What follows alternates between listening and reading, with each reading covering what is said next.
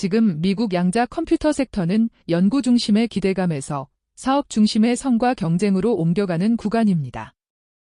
예전에는 누가 더 많은 큐비트를 말하느냐가 관심이었다면 이제는 누가 실제 고객을 확보하고 운영 가능한 시스템으로 확장하며 돈이 드는 병목을 줄이느냐가 핵심입니다. 그래서 투자 관점에서도 기술 설명을 그대로 믿기보다는 계약과 납품이 늘었는지, 일정이 지켜지는지, 현금 흐름과 자금 조달 부담이 커지는지 이 세 가지를 동시에 봐야 합니다. 최근 한 달은 그 변화가 눈에 띄게 드러난 시기였습니다. 최근 한 달의 흐름은 간단합니다. 한쪽에서는 상용화 신호가 뚜렷해졌고 다른 한쪽에서는 로드맵 지연 리스크가 현실로 확인됐습니다. 예를 들어 아이온큐는 장기 계약과 온사이트 납품 같은 수요 신호를 구체적으로 내놓았고요. D-Wave는 스케일링 병목을 줄이는 방향의 기술 시연과 함께 대형 인수를 통해 플랫폼 확장을 선언했습니다. 반면 리게티는 108큐비트 시스템의 일반 공급 시점을 뒤로 미뤘습니다. 이 조합은 섹터가 성과와 불확실성을 동시에 안고 움직인다는 걸 보여줍니다. 양자 컴퓨터 투자를 할 때는 종목 리스트를 먼저 보기보다 생태계를 두 그룹으로 나누는 게 유리합니다. 첫째는 양자 컴퓨터를 직접 만드는 순수 플레이어입니다. 둘째는 그 위에 붙는 인프라와 수요 기반입니다. 여기에는 극저온 장비, 제어 전자, 반도체 공정과 패키징, 그리고 슈퍼컴과 결합하는 통합 환경이 포함됩니다. 순수 플레이어는 뉴스 하나로 주가가 크게 흔들리고 인프라는 변화 속도가 느리지만 방향이 잡히면 지속성이 생깁니다. 그래서 포트폴리오를 설계할 때도 이 구분이 리스크 관리의 출발점이 됩니다. 양자 기술은 한 가지 길로 수렴하지 않고 여러 노선이 경쟁합니다. 초전도 방식은 확장 가능성이 크지만 배선과 극저온 부담이 커지기 쉽고 이온 트랩은 높은 품질을 기대할 수 있지만 장비와 제어가 복잡합니다.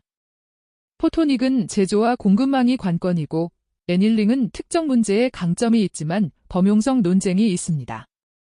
이런 상황에서 투자자가 해야 할 일은 승자 맞추기가 아닙니다.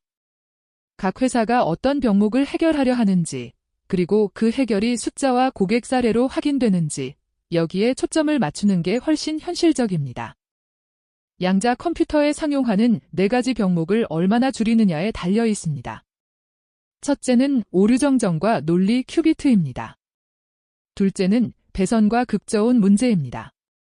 큐비트가 늘어날수록 연결이 폭발하고 냉동 시스템이 커지면서 비용이 급격히 증가합니다. 셋째는 제조 수율과 부품 공급망입니다. 넷째는 소프트웨어와 하이브리드 통합입니다. 고객이 실제로 쓰려면 슈퍼컴과 결합한 업무 흐름이 필요합니다. 최근 한 달 이슈는 대부분 이 4병목 중 어디를 공략하는지와 연결돼 있습니다. D-Wave의 큰 뉴스는 퀀텀 서킷츠 인수입니다. 총 5억 5천만 달러 규모로 주식 3억 달러와 현금 2억 5천만 달러가 포함된 구조로 알려져 있습니다. 여기서 중요한 건 D-Wave가 애닐링 중심 이미지를 넘어 게이트 모델과 오류 정정 접근까지 포트폴리오를 넓히려 한다는 점입니다. 투자자 입장에서는 시장 확장 스토리가 커지는 만큼 반대로 통합 비용과 자금 부담도 커질 수 있다는 점을 같이 봐야 합니다. 기술의 성장 스토리와 재무의 현실이 동시에 움직이는 이벤트라고 보시면 됩니다. D-Wave가 발표한 온칩 극저온 제어 시연은 단순한 기술 데모라기보다 스케일링 비용을 겨냥한 신호로 읽을 수 있습니다. 양자 컴퓨터는 큐비트를 늘릴수록 배선이 늘어나고 냉동기 크기와 전력, 장비 비용이 급증합니다. 온칩 제어는 이 배선 부담을 줄여 확장성을 개선하려는 방향입니다. 물론 시연이 곧 대규모 양산을 의미하진 않습니다. 하지만 다음 단계에서 더 큰 규모에서 같은 방식이 재현되고 비용과 구성 복잡도가 실제로 줄어드는 결과가 확인된다면 섹터 전체 분위기를 바꾸는 촉매가 될 수 있습니다. 리게티는 108큐비트 시스템의 일반 공급 시점을 2026년 1분기 말로 조정했습니다. 양자 산업에서는 일정 지연이 흔하다는 말이 많지만 투자 관점에서는 지연 자체보다 지연이 반복되는 패턴이 더 중요합니다. 지연이 한 번으로 끝나면 조정 이후 회복이 가능하지만 비슷한 이유로 일정이 계속 밀리면 시장은 기대치를 크게 낮춥니다. 리게티는 기술적 복잡성을 이유로 들었는데요. 이 말은 도전적인 설계를 하고 있다는 뜻이기도 하지만 결과가 나올 때까지 불확실성은 계속된다는 뜻이기도 합니다. 리게티가 이번에 의미 있게 한 일은 일정 조정과 함께 성능 지표를 수치로 제시했다는 점입니다. 108큐비트에서 이 큐비트 게이트 충실도 중앙각 99%를 언급했고 목표는 99.5%라고 했습니다. 또한 작은 규모에서 9큐비트 99.7%, 36큐비트 99.6%를 제시했습니다.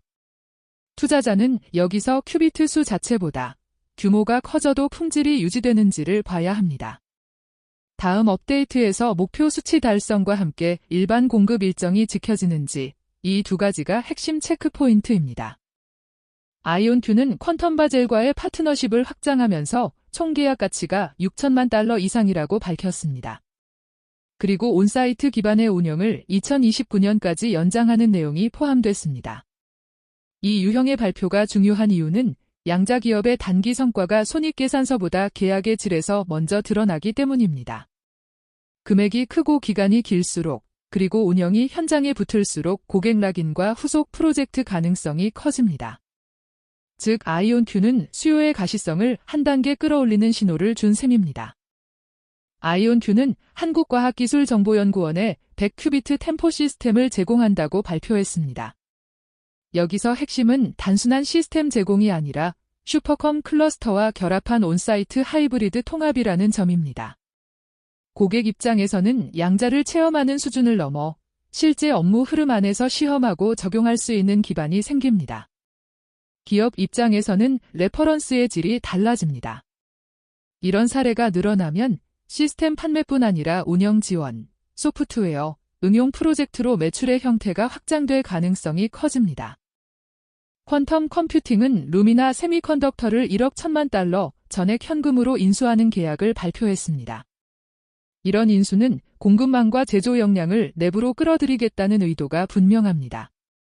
긍정적으로 보면 포토닉 부품과 공정, 인력을 확보해 개발 속도를 끌어올릴 수 있습니다. 하지만 전액 현금은 현금 소진을 의미하기 때문에 이후 추가 자금 조달 가능성도 함께 커집니다. 이 섹터에서는 기술 호재가 재무 부담으로 상쇄되는 경우가 자주 나옵니다. 그래서 인수 발표 이후에는 실제로 생산성과 수율이 개선되는지까지 확인하는 게 중요합니다. 최근 M&A 흐름은 산업이 파편화된 기술 경쟁에서 플랫폼 통합 경쟁으로 넘어가고 있음을 보여줍니다. D-Wave는 게이트 모델과 오류 정정 접근을 흡수해 스택을 넓히려 하고 퀀텀 컴퓨팅은 부품과 제조를 끌어안았습니다. 이는 한 회사가 모든 문제를 순수 개발만으로 해결하기 어렵다는 현실을 반영합니다. 투자 관점에서는 기회와 리스크가 동시에 커집니다. 기회는 시간을 단축하는 효과이고 리스크는 통합이 실패하거나 비용이 예상보다 커질 가능성입니다. 따라서 앞으로는 인수 발표 자체보다 인수 이후 로드맵이 실제로 단축되는지에 초점을 맞춰야 합니다. 미국 정책 측면에서는 국가 양자 이니셔티브 재승인 논의가 중요한 배경입니다. 예시로 제시된 안에는 2026년부터 2030년까지 NIST에 연 8,500만 달러 지원, 양자센터를 최대 3개까지 신설하며 연 1,800만 달러 규모 지원 같은 내용이 포함됩니다. 이런 정책은 당장 기업 매출을 폭발시키는 촉매는 아니지만 인력 양성, 표준화, 공급망 강화에 직접 영향을 줍니다. 결국 장기적으로는 상용화 속도를 끌어올릴 수 있습니다. 투자자는 법안의 통과 여부뿐 아니라 어떤 분야의 예산이 집행되는지까지 확인해야 합니다. 최근 한 달의 사례를 보면 초기 수요가 나타나는 곳이 더 분명해졌습니다. 첫째는 혁신 허브와 연구 거점입니다. 장기 운영을 전제로 시스템을 들여오고 기업과 연구기관이 함께 응용 프로젝트를 추진합니다. 둘째는 국가 슈퍼컴 기관입니다. 여기서는 양자를 슈퍼컴과 결합해 하이브리드 방식으로 실사용을 만드는 데 초점이 있습니다. 이 단계에서 고객은 큐비트 숫자보다 통합과 운영 가능성, 그리고 실제 문제 해결 능력을 봅니다. 따라서 투자자는 고객 숫자보다 레퍼런스의 질과 확산 가능성을 더 중요하게 봐야 합니다. 양자 섹터는 아직 많은 기업이 적자이고 전통적인 실적 지표만으로는 상황을 제대로 읽기 어렵습니다. 그래서 실전에서는 신호를 바꿔서 봐야 합니다. 첫째, 계약 금액과 기간입니다. 둘째, 온사이트 납품과 운영 통합 여부입니다. 셋째, 핵심 성능 지표입니다. 특히 이 큐비트 게이트 충실도처럼 상용화와 직접 연결되는 숫자가 중요합니다. 넷째, 인수나 대규모 투자 같은 현금 이벤트입니다. 최근 한 달은 이 네 가지가 동시에 움직였기 때문에 섹터 변동성도 커졌다고 이해하시면 됩니다.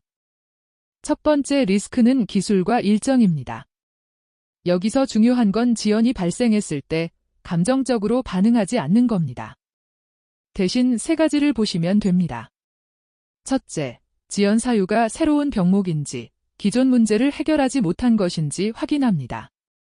둘째, 지연과 함께 공개되는 데이터가 늘어나는지 봅니다.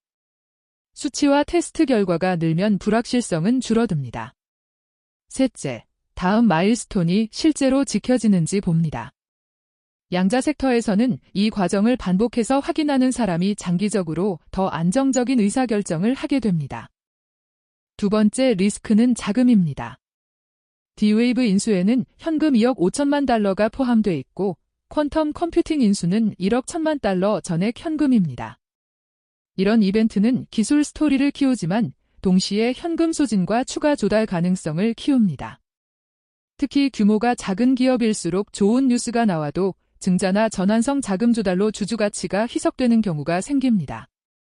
그래서 투자자는 기술 발표만큼이나 현금 보유 수준, 분기별 현금 소진 속도, 그리고 향후 조달 힌트를 같이 점검해야 합니다. 앞으로 6개월에서 12개월은 이벤트 중심으로 보면 정리가 쉽습니다. 기술 측면에서 리게티는 108큐비트 일반 공급과 목표 성능 달성이 핵심입니다. D-Wave는 온칩 극저온 제어가 더 큰 규모에서 재현되는지, 그리고 인수 이후 통합 로드맵이 구체화되는지가 중요합니다. 수요 측면에서 아이온큐는 장기 계약 확대와 온사이트 레퍼런스의 추가 확보가 관전 포인트입니다. 정책 측면에서는 NQI 재승인 논의가 예산 집행과 센터 설립으로 이어지는지 확인해야 합니다. 이 이벤트들이 성과로 연결되면 섹터 전체 밸류에이션이 달라질 수 있습니다. 마지막으로 실행 프레임을 정리하겠습니다. 이 섹터는 한 종목에 집중하기보다 분산과 이벤트 대응이 더 합리적입니다. 월간 점검은 6가지면 충분합니다. 첫째, 신규 계약의 금액과 기간이 늘었는지 봅니다. 둘째, 온사이트 납품과 통합이 실제로 진행되는지 확인합니다. 셋째, 핵심 성능 지표가 목표에 가까워지는지 체크합니다. 넷째, 배선과 극저온 같은 스케일링 병목을 줄이는 증거가 나오는지 봅니다. 다섯째, 인수와 현금 지출 이후 추가 자금 조달 가능성이 커졌는지 확인합니다. 여섯째, 정책이 예산 집행으로 연결되는지 점검합니다. 이 6가지만 꾸준히 보면 양자 섹터의 과열과 기회를 훨씬 선명하게 구분하실 수 있습니다.